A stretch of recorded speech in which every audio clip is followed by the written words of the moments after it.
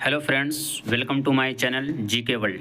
आज से मैं इस चैनल पे एक नए सीरीज़ की शुरुआत कर रहा हूँ, जिसमें रोज़ाना क्लास 10th बिहार बोर्ड के जितने भी सब्जेक्ट्स हैं उन सभी सब्जेक्ट के हर एक चैप्टर का मैं टॉप 50 क्वेश्चन आपके सामने लाऊंगा।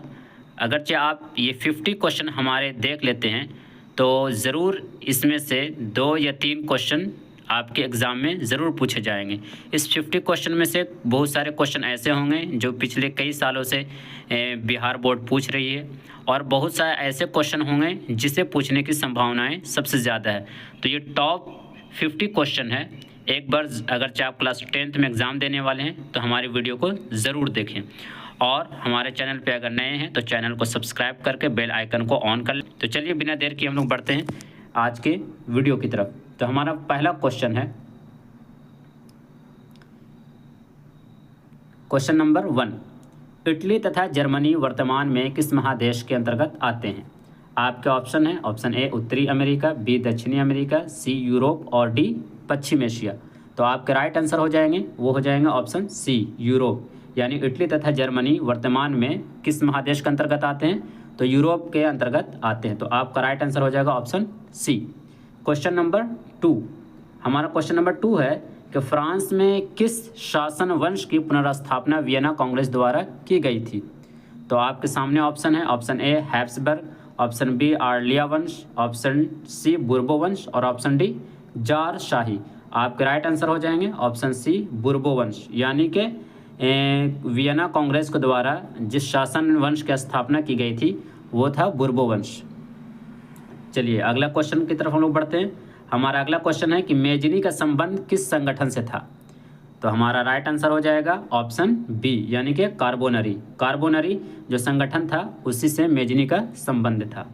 Question number 4। इटली एवं जर्मनी के एकीकरण के विरुद्ध निम्न में कौन था?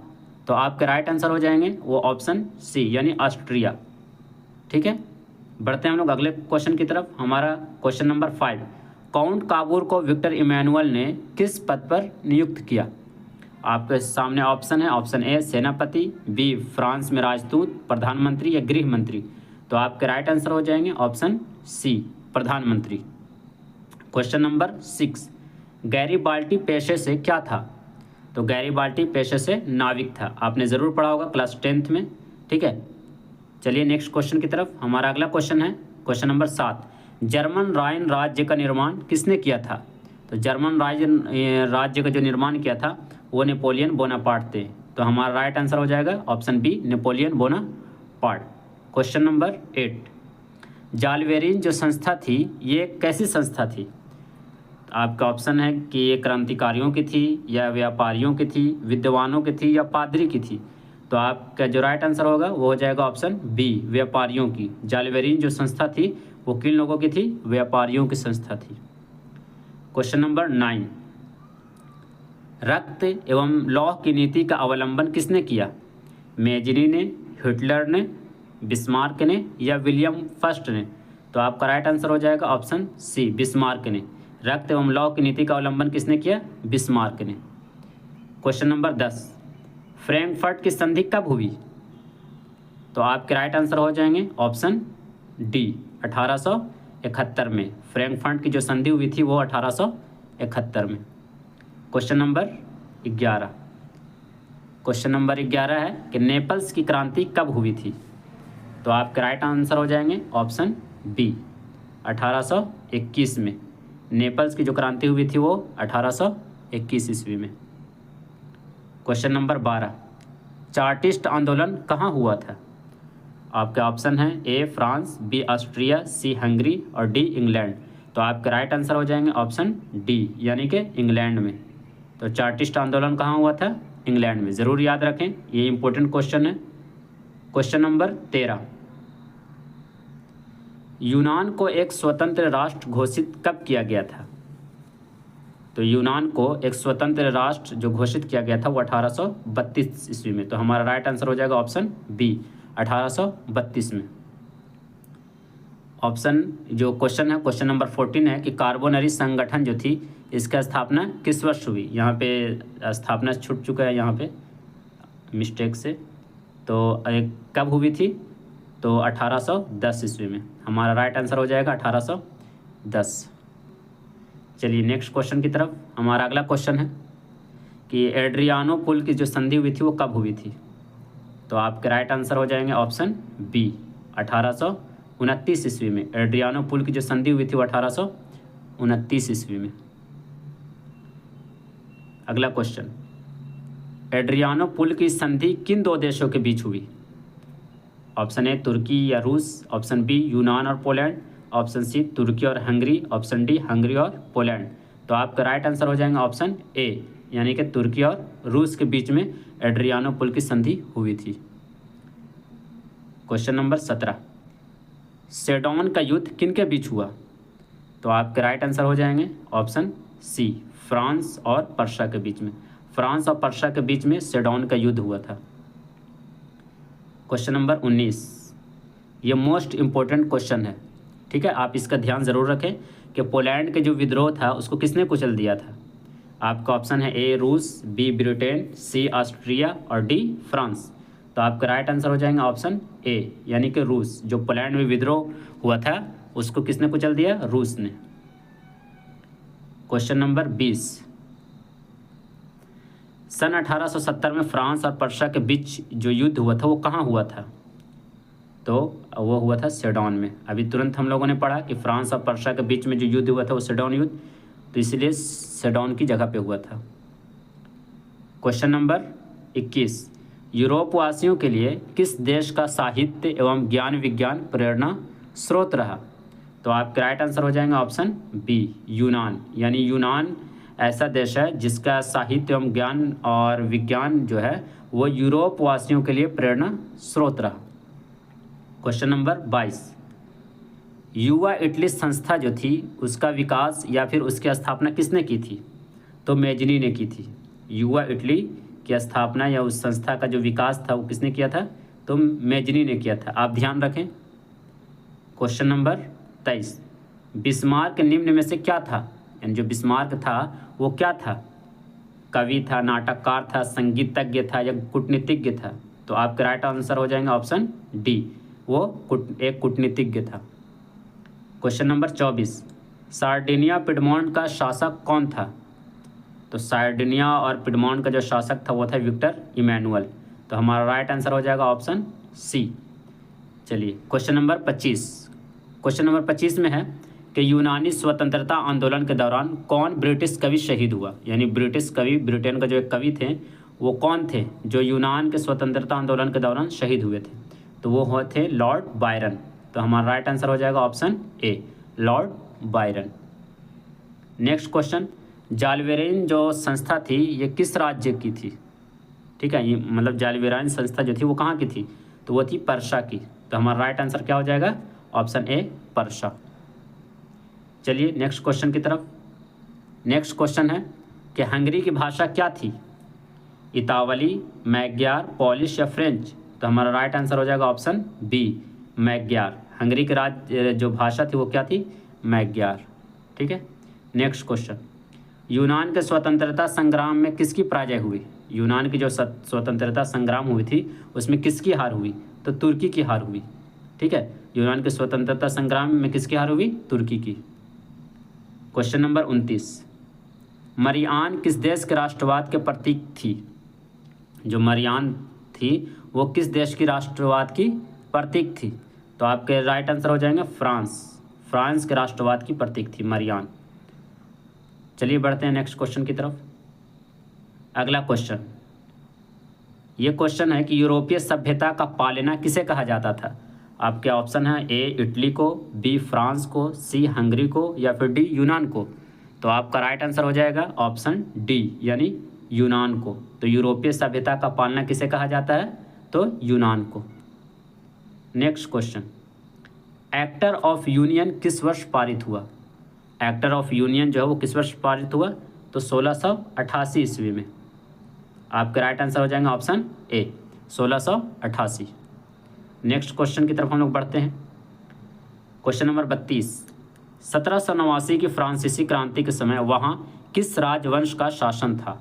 तो जब भी 1789 में फ्रांस में क्रांति हो रही थी तो उस समय किस राजवंश का शासक था? तो उस समय बुर्बो राजवंश का शासक था। तो हमारा राइट आंसर हो जाएगा ऑप्शन सी, बुर्बो राजवंश। क्वेश्चन नंबर 33, नेपोलियन संहिता किस वर्ष लागू की गई? 1789 में, 1791 में, 1801 में या 1804 में? तो आपके राइट आंसर हो जाएंगे ऑप्शन डी, 1804 ईस्वी में। नेपोलियन संहिता 1804 ईस्वी में लागू की गई। मोस्ट इंपॉर्टेंट क्वेश्चन है, आप ज़रूर इसे याद रखें। नेक्स्ट क्वेश्चन हमारा है कि जर्मनी के एकीकरण के लिए बिस्मार्क ने कितने युद्ध किए थे? ठीक है, तो जर्मनी के जो एकीकरण था उसके लिए बिस्मार्क ने कितने युद्ध किए थे? तो उसने 3 युद्ध किए थे। कितने युद्ध? 3 युद्ध किए थे। क्वेश्चन नंबर 35, वियना कांग्रेस में कौन राष्ट्र सम्मिलित नहीं हुआ था? ठीक है, वियना कांग्रेस में कौन से राष्ट्र शामिल नहीं हुए थे? तो वो जर्मनी जो था वो वियना कांग्रेस में शामिल नहीं हुआ था। ठीक है, याद रखें। क्वेश्चन नंबर 36, वियना कांग्रेस में पवित्र संघ की योजना किसने प्रस्तुत की? तो रूस ने प्रस्तुत की। जो वियना कांग्रेस हुई थी उसमें पवित्र संघ की योजना रूस ने प्रस्तुत की थी। तो हमारा राइट आंसर हो जाएगा option A. Question number 37, young Italy के संस्थापक कौन थे? Option A Gioberti, option B Cavour या ऑप्शन सी मेजिनी या ऑप्शन डी गैरिबाल्टी? तो इस क्वेश्चन का आंसर आपको कमेंट में बताना है। इस क्वेश्चन का मैं जो आंसर नहीं देने वाला हूँ क्योंकि ये बहुत इजी क्वेश्चन है। ये आप हमें कमेंट में ज़रूर दें और लाइक भी हमारी वीडियो कर लें और अपने दोस्तों तक जो क्लास 10th में एग्ज़ाम देने वाले हैं उन तक ये वीडियो ज़रूर शेयर करें। चलिए बढ़ते हैं नेक्स्ट क्वेश्चन की तरफ। हमारा नेक्स्ट क्वेश्चन है कि फ्रांस के किस राजा ने कहा था कि अंग्रेजी राजा की भांति शासन करने की अपेक्षा लकड़ी काटना अधिक पसंद करूँगा? ठीक है, तो ये जो थे वो कहे थे चार्ल्स 10वां ने। ठीक है, यानी कि चार्ल्स 10वां ने ये कथन कहा था। नेक्स्ट क्वेश्चन हमारा है कि पर्शिया का शासक कौन था? तो पर्शिया का शासक जो था वो विलियम प्रथम था। विलियम 1 भी कहा जा सकता है इनको। ठीक है, कहीं कहीं पे विलियम 1 भी लिखा हुआ रहता है। तो आप याद रखें, प्रथम मतलब फर्स्ट 1। तो पर्शिया का शासक कौन था? तो विलियम प्रथम। नेक्स्ट क्वेश्चन, यूरोप का मरीज़ किसे कहा जाता था? तो यूरोप का मरीज़ जो था वो तुर्की को कहा जाता था। किसे कहा जाता था? तुर्की को। यूरोप का मरीज़ तुर्की को कहा जाता था। चलिए हम लोग बढ़ते हैं नेक्स्ट क्वेश्चन की तरफ। अगला क्वेश्चन हमारा है कि नेपोलियन ने जर्मनी में किस संघ की स्थापना की थी? नेपोलियन जर्मनी में किस संघ की स्थापना की थी? तो वो राइन राज्य संघ की स्थापना की थी। ठीक है, नेपोलियन ने जर्मनी में किस संघ की स्थापना की? राइन राज्य संघ की स्थापना की थी। आप इसे याद रखें। क्वेश्चन नंबर 42, किस संधि द्वारा स्वतंत्र यूनान राष्ट्र की स्थापना हुई? किस संधि द्वारा एक स्वतंत्र यूनान की स्थापना हुई थी? तो वो थी एड्रियानोपुल की संधि के द्वारा। इससे पहले भी क्वेश्चन आया था मगर वो अलग तरीके से पूछा हुआ था। इसमें पूछा गया है कि किस संधि द्वारा यूनान राष्ट्र की स्थापना हुई थी? एक आज़ाद यानी स्वतंत्र यूनान की स्थापना हुई थी। तो वो थी एड्रियानोपुल की संधि के द्वारा। क्वेश्चन नंबर 43, क्वेश्चन नंबर 43 है कि यंग यूरोप की स्थापना किसने की थी? तो ये हो जाएगा हमारा right answer option B, Mazzini ने। यंग यूरोप की जो स्थापना की थी वो मेजिनी ने की थी। क्वेश्चन नंबर 44, ठीक है, 9 गोल्फ आंदोलन कहाँ हुआ था? तो 9 गोल्फ आंदोलन जो हुआ था वो इटली में हुआ था। तो हमारा राइट आंसर हो जाएगा इटली। ठीक है, नेक्स्ट क्वेश्चन, मेटरनिक कौन था? तो मेटरनिक जो था वो ऑस्ट्रिया का चांसलर था। कौन था मेटरनिक? ऑस्ट्रिया का चांसलर था। तो हमारा राइट आंसर हो जाएगा ऑस्ट्रिया का चांसलर। क्वेश्चन नंबर 46, कार्बोनरी की स्थापना किस वर्ष हुई थी? तो कार्बोनरी जो एक संस्था थी, ठीक है, जो व्यापारियों की थी, उसकी स्थापना हुई थी 1810 ईस्वी में। कार्बोनरी की स्थापना 1810 ईस्वी में हुई थी। चलिए नेक्स्ट क्वेश्चन को देखते हैं। नेक्स्ट क्वेश्चन हमारा है कि 1830 की क्रांति के बाद फ्रांस में किस प्रकार का शासन स्थापित हुआ? ठीक है, तो 1830 ईस्वी में जो फ्रांस में क्रांति हुई थी तो उसके बाद शासन व्यवस्था कैसी वहाँ अपनाई गई? तो निरंकुश राजतंत्र अपनाई गई। ठीक है, निरंकुश राजतंत्र। ठीक है, चलिए अगला क्वेश्चन हमारा है, लाल कुर्ती नामक संस्था का गठन किसने किया था? ठीक है, लाल कुर्ती नामक संस्था का जो गठन था वो किसने किया था? तो वो गैरीबाल्डी ने किया था। तो हमारा राइट आंसर क्या हो जाएगा? Option D. चलिए क्वेश्चन नंबर 49, हमारा अगला क्वेश्चन है कि राष्ट्रवाद की अवधारणा का जन्म किस घटना से माना जाता है? तो ऑप्शन ए पुनर्जागरण। ठीक है, पुनर्जागरण की जो घटना हुई थी उसी के बाद से राष्ट्रवाद की अवधारणा का जन्म जो है वो माना जाता है। लास्ट क्वेश्चन हमारा है और इस क्वेश्चन का आंसर आपको हमें कमेंट बॉक्स में बताना होगा कि विश्व ये रक्त एवं लौह की नीति किसने अपनाई थी? आपके सामने ऑप्शन है, ए बिस्मार्क, बी फ्रेडरिक विलियम ने, सी विलियम प्रथम ने और डी गैरीबाल्डी ने। तो इस क्वेश्चन का आंसर जो है वो आप हमें कमेंट बॉक्स में ज़रूर बताएं।